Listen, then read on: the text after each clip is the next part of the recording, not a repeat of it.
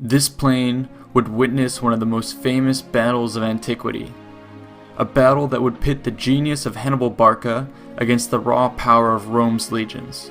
120,000 men would take part in this colossal clash of titans, and by the time the sun set, nearly half of them would lay dead or dying, lying in a pool of their own blood and vomit and feces.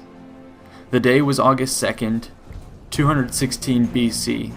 The battlefield was Cannae. To understand what happened, we must first step back and take account of its context.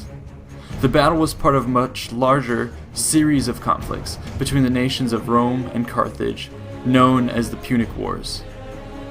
Hannibal's famous invasion of Italy took place during the second outbreak of these hostilities. Like the great wars of the 20th century, the dawn of the Second Punic War was a result of the first. The kindling for these wars was the self-interested agendas of both nations. Founded in 753 BC, according to mythology, Rome had fought with its neighbors as the fledgling city expanded. Repeated conflicts with the Latins, Etruscans, Samnites, and various other peoples of the Italian peninsula forged the Romans into a martial culture. As Rome expanded, it overthrew the kings that had ruled the city and instituted a republic. In this system, politicians were warriors, whose main hope for attaining power was military glory. In 280 BC, these men showed their characteristic stubbornness in fighting the Greek armies led by Pyrrhus of Epirus. Despite repeated success, Pyrrhus was recorded to have said, quote, "Another victory like this, and I am done for," end quote. This gives us the term Pyrrhic victory. The Romans refused to accept defeat, raising new legions to replace those which had fallen. The Senate denied all talks of peace until final victory was achieved in 275 BC. Now in control of all of southern Italy, Rome came elbow to elbow with Carthage. Carthage was a Phoenician colony originally founded in 814 BC. Thanks to prolific agriculture and extensive maritime trade, the nation rose to become a superpower of the Mediterranean. Holdings in North Africa, Spain, Sicily, Sardinia, and Corsica poured wealth into the city's coffers while a massive fleet ensured control of the sea. The spark for war between Rome and Carthage would be lit in Sicily, when a band of mercenaries in a local conflict called for the assistance of both of these superpowers. Both nations believed that relinquishing control of the strategic island to the other was unacceptable, and would threaten the security of their respective countries. Thus, in 264 BC, Rome and Carthage escalated this local matter into a bloody 23-year war for control of the strategic island of Sicily. The First Punic War was characterized by titanic naval engagements along the coast, while the land war was restricted in scale to sieges and skirmishes due to Sicilian terrain. Despite staggering reversals, Rome was able to slowly gain an advantage at sea, and forced Carthage to admit defeat in 241 BC after a final fleet battle at the Aegates Islands. Carthage was required to pay enormous annual reparations, free all Roman prisoners, and relinquish control of Sicily. Within months, Carthage soon faced another war at home. Mishandling of returning veterans caused a mercenary uprising. Libyans took this opportunity to revolt as well, and nearly brought Carthage to its knees. In the chaos, Rome greedily took the opportunity to seize the island of Sardinia. When Carthage objected, the Romans threatened war. Not only was the weakened Punic power forced to surrender Sardinia, but it was further humiliated when Rome demanded additional tribute. Kicked while on the ground, Carthage harbored a deep hate for the Romans. This hate is captured in legend when the general Hamilcar Barca is said to have made his son Hannibal swear an oath to forever be an enemy of Rome. Hamilcar then took his son with him to Spain, where the Barcid family helped pave the way for Punic expansion.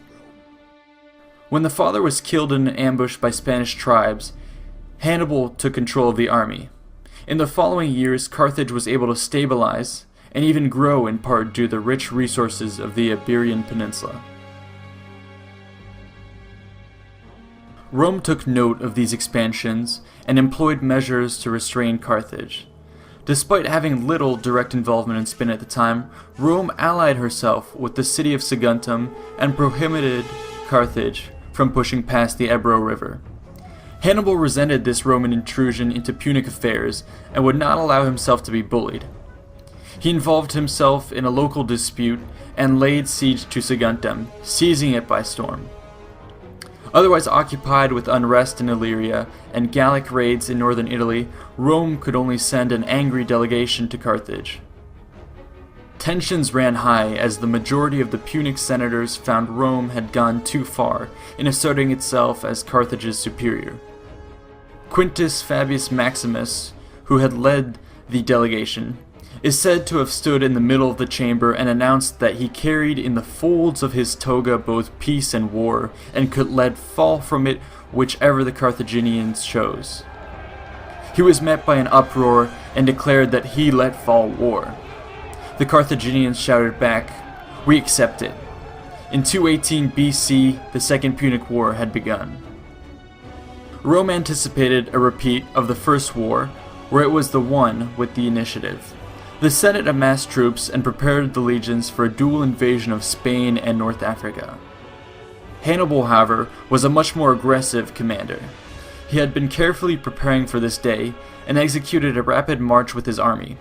To the amazement of the Romans, he conquered the Alps and burst into the pastures of northern Italy unopposed.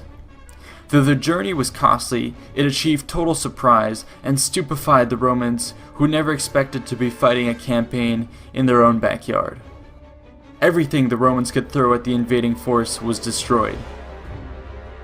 At Ticinus, the superior Punic cavalry swept aside their Roman counterparts.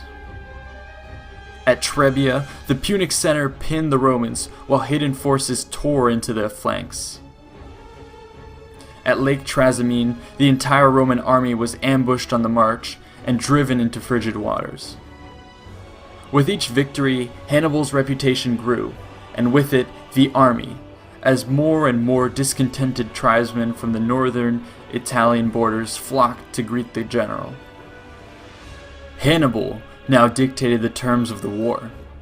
For the next 6 months, Quintus Fabius Maximus was appointed as dictator and established a retreating scorched earth policy during his rule.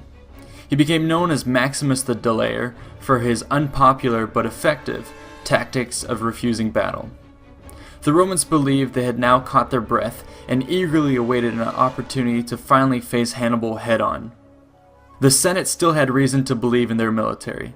Its fundamentals were strong and would provide security for the next half-millennium.